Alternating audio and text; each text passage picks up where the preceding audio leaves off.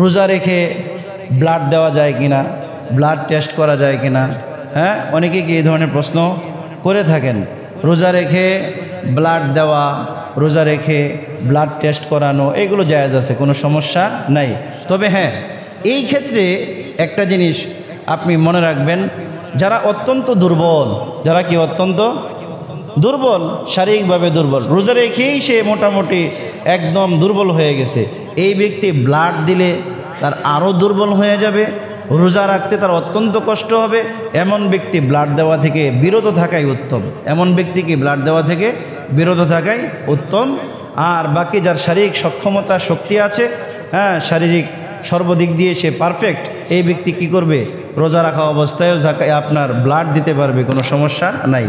রোজা রাখা অবস্থায় অনেকেই ব্রাশ, মাজনই ব্যবহার করে থাকেন। আপনার নিমের মাজন, বিভিন্ন মাজন আমরা করি কি করি না? হ্যাঁ, তো পাউডার জাতীয় হোক অথবা ব্রাশ হোক, এই ক্ষেত্রে ওলামায়ে কেরাম বলেন এটা মাকরুহ। এটা কি মাকরুহ? কারণ ব্রাশের কিন্তু একটা জাজ আছে না নাই? ব্রাশের একটা জাজ আছে, এই যে কেমিক্যালের একটা জাজ আছে। আবার যে আপনি মাজন ব্যবহার করছেন, মাজনেরও একটা জাজ আছে, এই ক্ষেত্রে এটা মাকরুহ।